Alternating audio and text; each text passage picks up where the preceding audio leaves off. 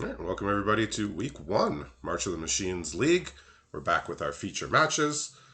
We got Chris York on one side. Justin's going to be looking at his hand, and we got a new player. So Reed, he's also going to be facing off in this feature match. We're looking at his hand here, not looking great, only one land. What's York looking at right now? Yeah, he has stopped sharing his screen, but Oh, before that, he had 4 lands. 3 of them are swamp and 1 forest. He had Etherblade Agent, a Bladed Battle Fan, and a Timberland Ancient. So he's looking to have a keepable starting hand. all right. Well, if his stream's not up, send him a message if you can. But we'll proceed here with Reed, who has kept a hand that it needs a bit of help. He has only 2 forests. He has cards of 3 different colors. He does have an overgrown pest though, so that could dig him for at Yeah. least his red or his black, of which he has cards of both colors in his hand. Uh, but he's gonna need a third land and any third land in order to cast this pest. So he needs some help here. Okay, so Chris, he's drawn Haymire, so that means he has gone to the Brothers War set Yeah, yeah, he's as part of our set mechanic. Yeah, he's been all over actually. He's been to War of the Spark and he grabbed the Liliana there. He's been to Ikoria Okay. thanks to a loss to me, and he got a Vivian from Ikoria, so that kind of explains his colors here. Okay. Yeah, you open 2 very powerful planeswalkers, usually ones that will win you the game if left unchecked, and makes sense why you're in this color combination. Yeah, I know he naturally trends towards the Golgari, but he's definitely not forcing it this time. I think his best cards lie in those colors, or at least the ones he's opened in his pack so far. Yeah, so Yeah. Reed does get to cast his overgrown pest here. There is a thought to use Vanquish the Weak on this Etherblade agent before it flips. This card I want to mention has honestly it's played out like an uncommon, really. Oh yeah. So This card performs so well on like all levels. It's always useful. 1/1 Death Touch is always going to be useful throughout the game. And then if you have extra mana, you could pump into it to transform. And then suddenly it has to be traded for or removed, or else your opponent keeps drawing cards. yeah, so he's gonna go for the a bit more defensive play here with the Vanquish the Weak on the Etherblade agent. He could have played his own Etherblade agent or the overgrown pest, but he's just letting York sink mana. And see, this is the danger of flipping these cards when the opponent has open mana. It's Yeah. just I mean, Reed did not get to develop his board. He has drawn a mountain and he's drawn a fourth land and a mountain, so he's very happy about the proceedings here. Um, but that's the danger with these cards. They are good, but Yeah. you know, when you take your whole turn, especially an early turn, like a developing turn, to flip it and get blown out like that, doesn't feel great. I mean, you know, Yeah. Reed doesn't have a board to punish that yet, but we do see the downside to these cards, which we look at these cards and they're basically all upside, but there is the fact that you do have to do it sorcery speed. Yeah, I mean, the last time we had, I believe, transform cards at will was back in Eldritch Moon, and that was able to be done at instant speed. And I guess Wizards of the Coast thought that, oh, I guess being able to do it at instant speed is a bit too powerful. Get to leave up a bit too many options. They just want to cut down on that in this set and make it sorcery. Yeah, I think that's fine. I do like the trend in recent years towards giving creatures much more powerful abilities, like activated abilities, Yeah, but saying you have to do it sorcery speed. yeah, I like that. Because we haven't really like in the past we didn't really see like a lot of really powerful abilities or this new line of text they've gotten in the last couple of years. This ability triggers once a turn or whatever. Like Yes. like a morbid opportunist. Like you could never print that card without that line of text. It only triggers once per turn, but they decided to start doing that as a trend, which I like. So looks Yeah. like Challenger Troll's gonna rumble with this Etherblade agent, and the Battle Fan will protect it. Yep. It's just good. You want that Death Toucher off the board. That Death Toucher is so annoying for especially Black Green, who likes to play a bunch of like buffed up creatures, and the Death Toucher just gets in the way of that. Yeah, So so let's see if I can recall my War of the Spark cards. I believe that your creatures with power 4 or greater can't be double blocked or triple blocked. yes, Yeah. I believe that's what it is. Funny enough, I thought Challenger Troll was from like a Ravnica set, but you're right, it is from War of the Spark. Well, War of the Spark technically is it took place on Ravnica, so Yes. it has the Ravnican characters. So yeah, Reed's got a choice here. He's got an Etherblade Agent in hand. He's got 3 red spells, so he can cast Okay. Etherblade Agent and either Furnace Gremlin or Volcanic Sprite, or he can tap out to play a Fearless Scald, which it looks like he's going to do. Or he's at least hovering over it for the time being. Yeah, I love Fearless Scald. Like backup has been a very nice mechanic in this set, but this one, like giving double strike to things is always very lethal, and it's either forces your opponent to either take a lot of damage or to chump block Yeah, because that's how powerful it they're is. usually very careful about double strike, and in this set they've put it on a common and they put it on an uncommon that can grant it to another creature for a turn. So they kind of took the gloves off, I think, a little bit with double strike here in this set. I would say We even usually first see them strike being a bit too. more tame. I would see it even first strike because these days I felt like first strike was not like an ability you had at all times. But in this set, there's a common, our good old Boffle Yeah, character the heel card. slasher. Yeah, Uh, he's just a 4 mana 3/4 first strike at all times, and it's kind of it's kind of for unpleasant gameplay. Sometimes you get multiple of them on board, and that's always been something they've been careful about in recent years, but a bit unhinged now. yeah. I think it's okay on higher drops, but when you have it on like low drops, it just becomes obnoxious. That's why Yeah, we have a 2-drop the knight that can get first strike when it's attacking, as long as another knight entered. So it's like yeah. conditional, but it's still 3 power, 2 mana. First strike is a lot. Because this challenger troll is looking to rumble here. What does York have in hand? He has drawn Night Squad Commando, which he can use because it has the raid trigger. That's a card from Uh, Ikoria, right? You get a little 1/1. yes, Yeah. yeah, and then also he's just been kind of sandbagging this Vivian Monsters Advocate. Probably just wants to put it down on like a safe board, but Yeah, uh, hasn't kind absolutely of, needed it yet. He's the yeah, one pressuring him, so he said, if I don't have to show him this, I won't. But I assume he is going to play it when he runs out of other things to do. So interesting to see the choices. Like he's going to all different sets. He's always like that. York yes, has always liked going to different sets, and so this set mechanic suits him well. And yeah. we've drawn a Karuga here, which is gonna just gonna net read three whole cards here when it hits the Oh battlefield, yeah, which is likely gonna be this turn. I can't see a better play than that.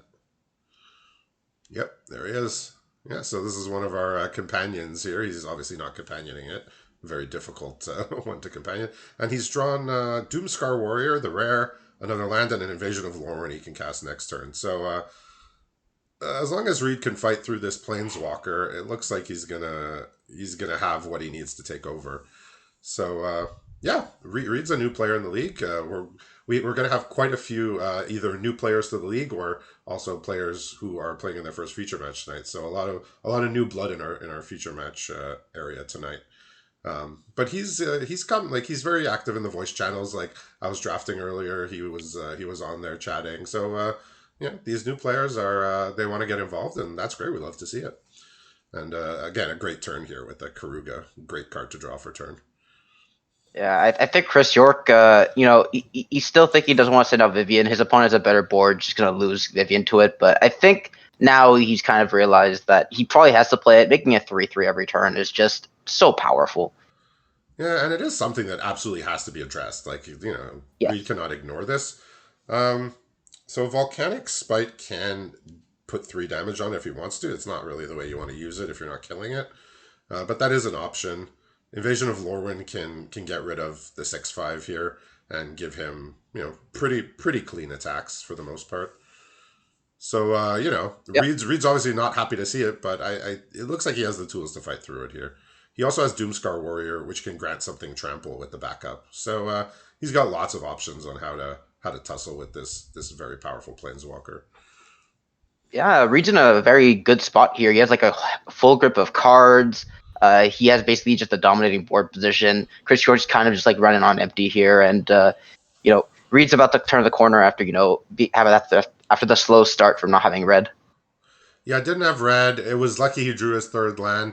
I think kind of, and I mean, I guess York didn't have anything else to do that turn, but I think the sort of the point where didn't fall too far behind was when he was able to nab that Etherblade agent on when he spent 4 mana to try and flip it. So he's going to do the double strike Oh yeah. trample here.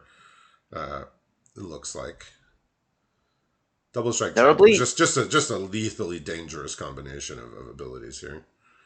notably, the backup trigger will not happen on planeswalker hits. Yeah, I believe it's battles or Yes. players. Yeah, in War of the Spark, any cards like that did actually call out that you could hit a planeswalker and get the bonus, Yep. get the hit trigger, but not in this set. But I think he's happy to just try and get this Vivian dead and then continue on with the game from there. Yeah, he can trade. Well, technically trade the Challenger Troll with the Scald. That's only if the Volcanic Spite will allow him to. Yeah, so Uh, here comes the flywheel to get into combat here, since the 1/1 is not doing too much. yeah, See how he lines up his blocks here. Okay, yeah.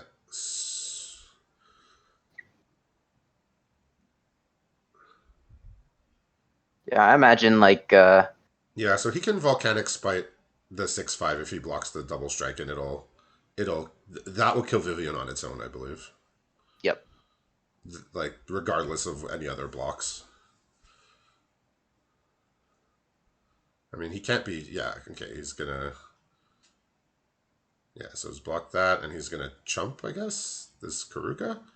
In which case, might have wanted to chump with the 1/1 rather than the 3/2. Yeah. Uh, but the war. Yeah, but the Okay. vehicle could be a bit tedious to crew every turn, so maybe just getting rid of that frees up a bit more stuff. Yes. That But that card has been like, I see it as like a Jespera Sentinel type of card. It's like some decks want it. It's a bit awkward to use, but can be good. yeah, it has definitely has a lot more stats than a the typical Just Bear Sentinel lookalike. Yeah, so it looks like he is going to do the play that I pointed out, which is to Volcanic Spite on this Challenger Troll, Yeah, which again that just kills Vivian on its own. So this is going to be a big time trouble here yeah, for York. Reed is thinking about putting the Beamtown Beatstick that he drew for turn on the bottom, and it looks like he might take the Furnace Gremlin. That's it's a little small for this stage of the game. yeah. The beat stick still allows him to like it gives stuff menace. Yep. Like and in this situation, like Chris York's gonna have almost nothing left on board. He's gonna be left with like the Nice One Commando and like the 1/1 it created a few turns ago, and all he has in his hand is a Drag Recycler Yeah. and the land that he drew just now. Yeah, Beamtown Beatstick is a classic week 1 card. It's a card you're looking to get out, I think, most of the time. Depends how aggressive your deck is going to be. This deck does not appear to be aggressive here, and Yeah, yeah, he has 2 pieces of removal in hand in Invasion of Lorwyn and a Final Flourish that he drew off the Volcanic Spite. So unless York finds something completely game warping, like perhaps a Liliana or something of that nature. yeah, And now Reed's drawn a haste creature here, the Rampaging Geoderm, the gold card. So he's gonna okay, be able to. It looks like he's gonna be able to put together what he needs to get York down from 20. So he has not successfully dealt combat damage to him yet, but that's gonna change this turn, I believe. yeah. Reed just showing off like you're playing 3 colors, you come with the risk of that, and he's playing much more powerful cards in general than Chris York here, who's only playing 2 colors, and it does bring advantages, but also disadvantages at the same time. Yeah, well, we'll see in sideboarding how deep he is into black, because right now I've seen Etherblade Agent, Invasion of Lorwyn, Final Flourish, and a Yeah, second Etherblade Agent in hand.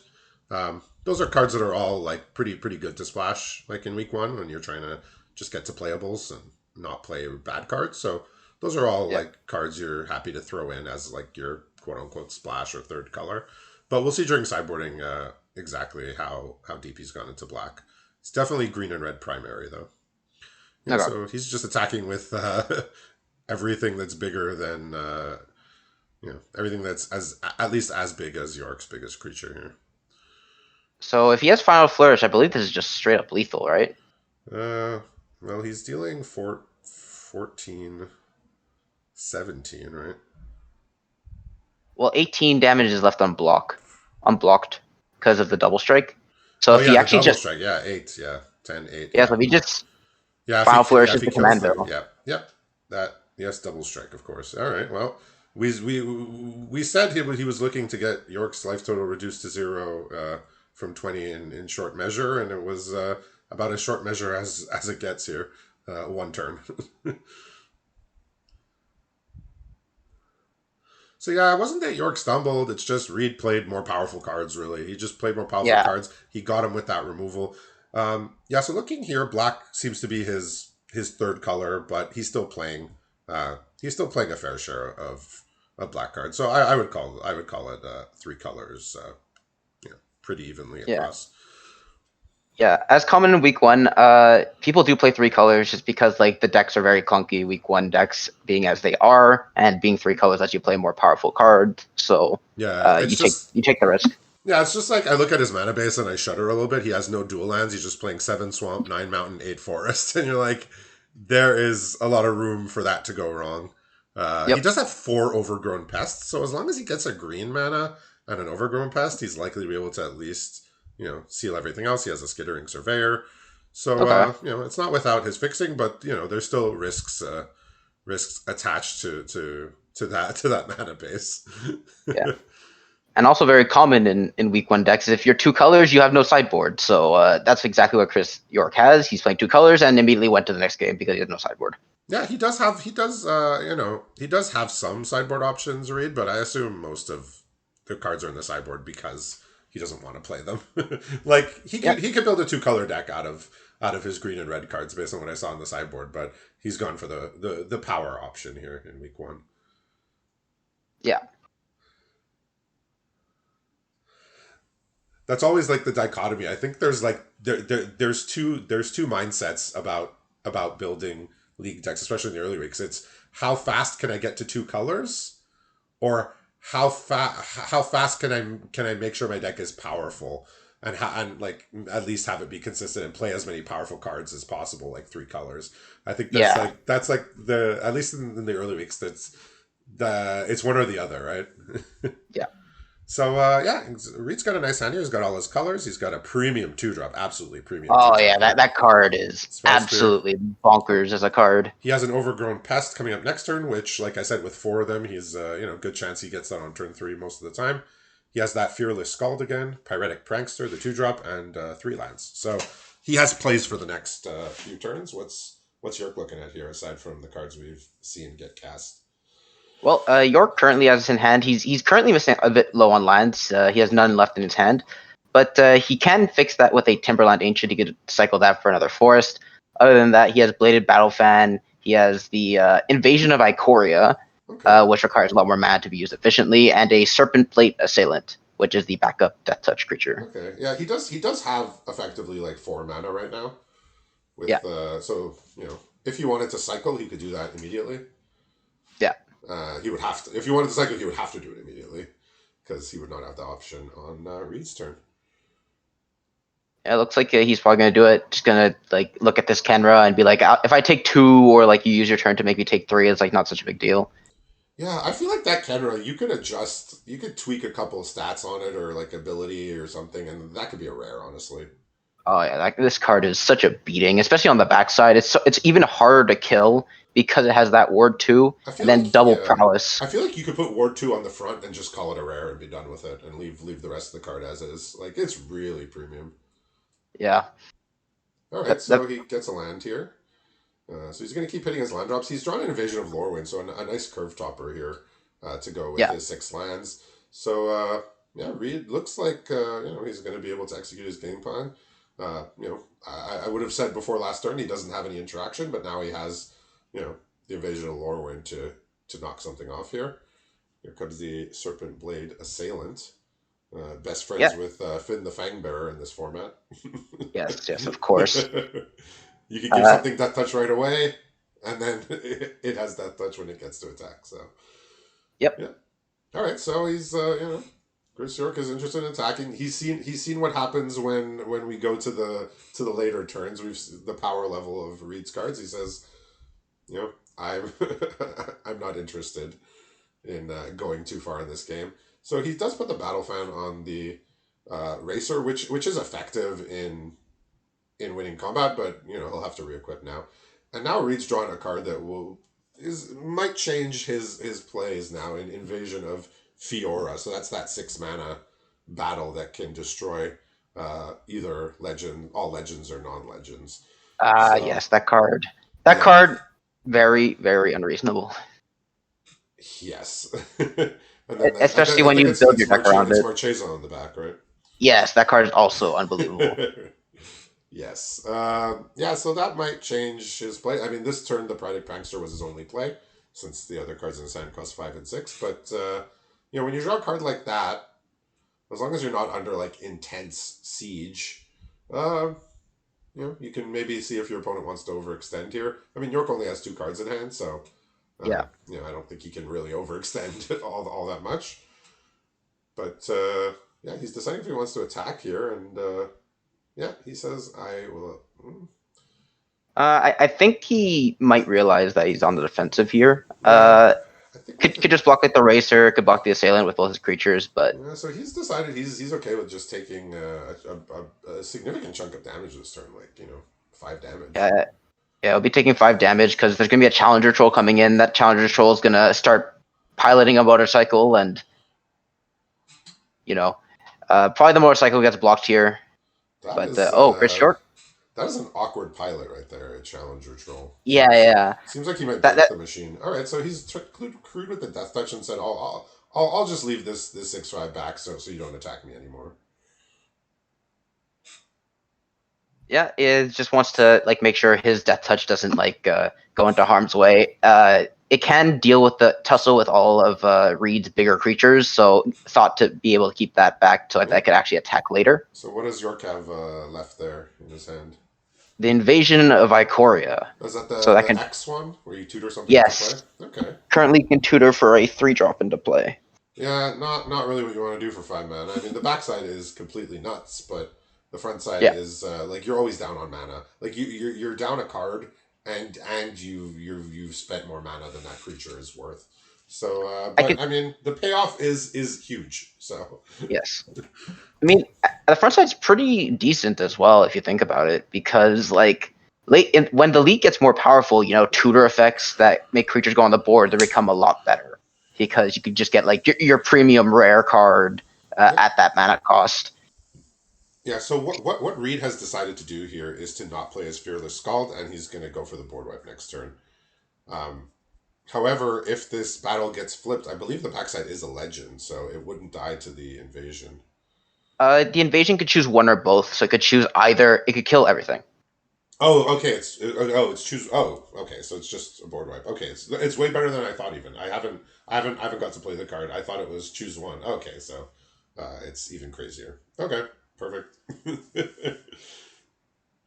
Yeah, so he's gonna hold his Fearless Scald for after the board wipe. Ikoria is gonna tutor something into play. That's gonna die to the board wipe. Uh, Almost assuredly, Reed is gonna allow this battle to transform if York attacks it.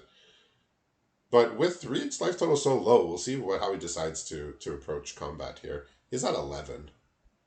Yeah, he might just go all in at Reed, force the block from like this Kenra spell spear. Yeah, yeah. He said. I mean, in that case, he didn't have to show his cards.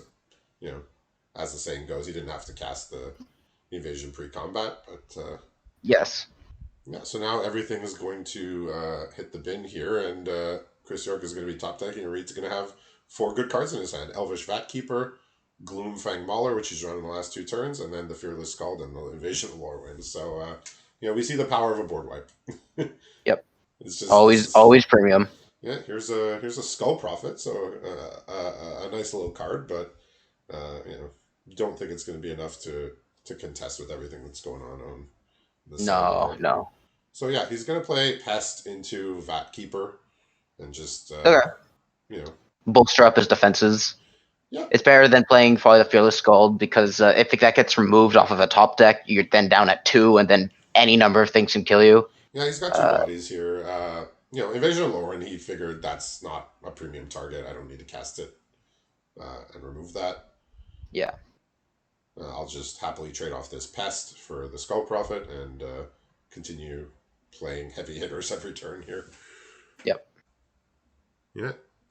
Maybe Chris York has his own Invasion of Fiore somewhere in this deck and returns the favor. Yeah, and on top of things, Reed's now trying to stoke the flame. So he just has all the tools that he needs here at this point. It's just looks like it's just a matter of time, unless you know Chris, I know he does have some very powerful cards, but you know, you're going to need pretty much the most powerful cards that you have access to in order to swing this around. So he's deciding what to do with this turn, whether he wants to go Fearless Scald or Gloomfang Mauler. He could go Fearless Scald and then transform his token, but he's going to take a moment to decide here.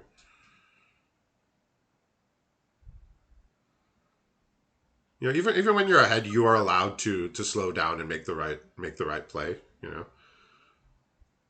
Yeah, make sure you make no mistakes. Like this is still like there's still a very large card pool Yeah, in this league. yeah. He gets Marchesa now too, guaranteed. So yeah, this was a way to guarantee Marchesa Yeah, while still putting something to play. He's going to trade off the Vat Keeper.